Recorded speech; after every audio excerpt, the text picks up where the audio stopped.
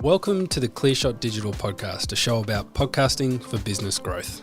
On this show, we'll be talking to some of our podcast clients about how they came to podcasting and what the experience has been like. We're doing this partly to show why podcasting makes good business sense, but often for different reasons. We want to demystify the process and give people the confidence to start their own. At Clearshot, we help people podcast in whatever way suits them. For some, that's just providing a recording space.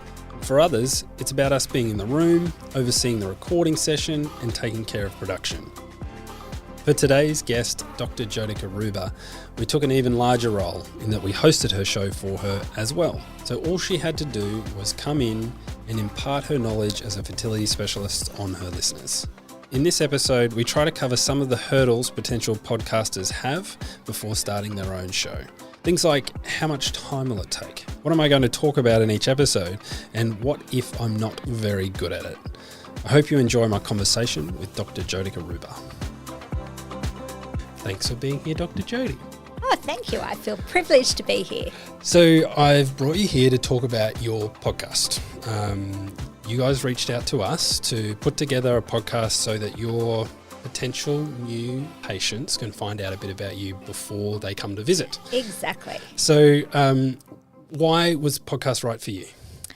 I was hesitant at first to do the podcast. I didn't know what the process was. I didn't know if it would be time consuming. I didn't know if I'd be any good at it, to be honest. And I didn't know what questions were coming. And I think it's been really very easy thanks to you, because that you're able to guide me through that podcast. I think also able to steer the topics really well. And I think it's very conversational. So it's been a really easy process for me. And I've found each and every podcast is getting easier. I'm less self-conscious. I'm enjoying it so much more. It's been great. So can you tell us a little bit about your profession and the topics that we've discussed? So at the moment, I'm concentrating on IVF work. So we've done a few topics now in our podcast. The first was an intro, who I am, where I'm from, what my training involved, and subsequent podcasts have been subjects of interest, things like male factor infertility, polycystic ovarian syndrome, the factors that influence IVF success.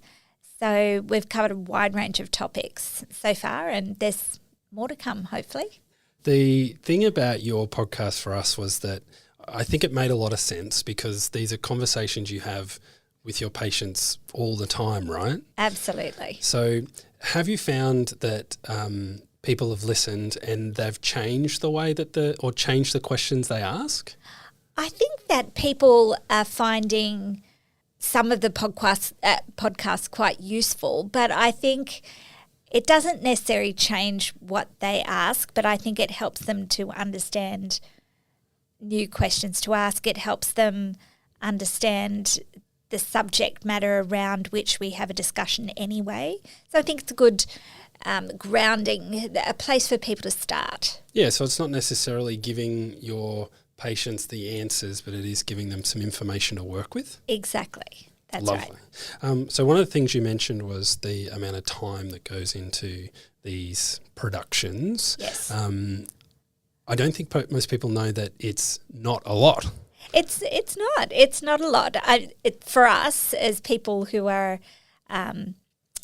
running these podcasts, I don't run it, as you know, you do, and you spend the time and the effort behind the scenes putting them together afterwards. And I must say, having done the podcast now and then listening to the finished product, it's very different to what I pictured it would be.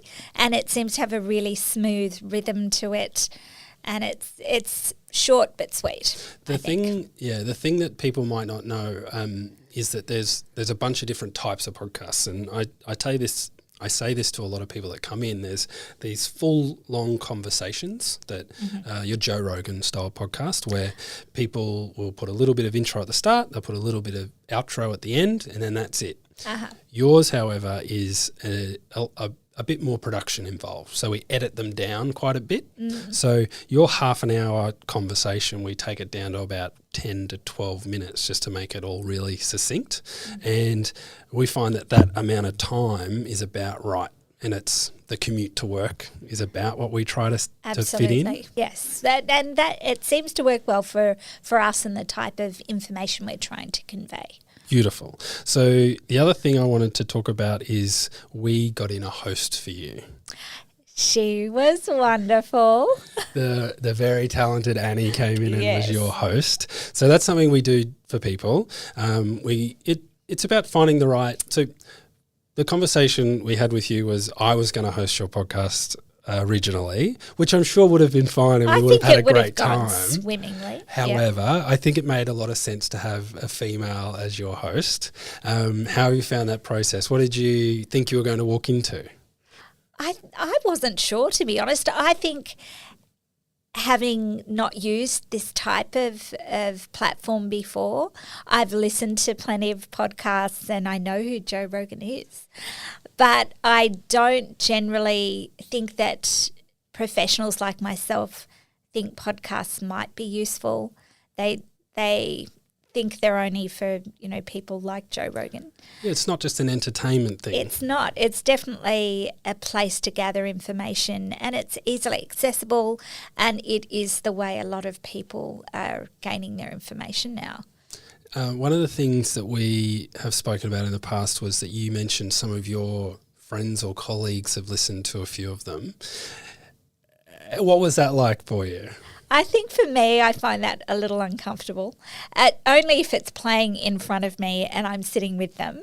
But looking at their faces and their smiles and their nodding heads, I think they were very impressed. Well, I think the part I'd like to push you on was they said it sounds like you. Is that right? Yes, that's true. And I think that's an important thing to understand, that a static picture or a website doesn't necessarily get across to important people like your patients before they come and see you. Patients want to know they're going to gel with you, that they can trust you, they can get a little glimpse into your personality and perhaps even into your personal life, and understand that we're people too. And different people relate to, certain or gravitate towards certain people. So maybe that's why podcast can be extremely helpful. Well, I think it is also a bit less intimidating than video. Oh, yes. I think so. Yeah. I find still photography even more intimidating than this. Yes, I imagine so. Yeah. I don't enjoy a still photograph, but this is always enjoyable. I think apart from the first podcast I did, because I was extremely nervous, I'd never done it before. I was very uncomfortable with trying to speak off the cuff. I think you just have to try and relax and be yourself. I think that's really important, and enjoy the process. Yeah, and the thing is, I think it's even, you can see with a lot of guests that the first 20 minutes versus the second 20 minutes can actually be quite different. You sort of settle in.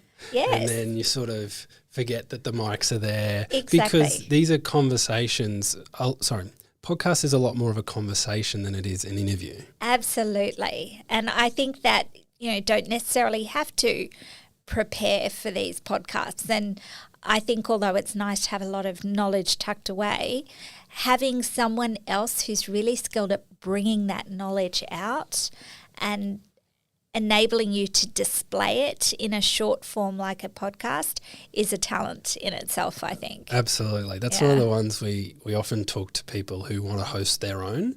Oh, I see. So, because that's an option for you. Like, that could have been something that you wanted to do, was host a podcast and talk to experts in their field about IVF or anything in that spectrum.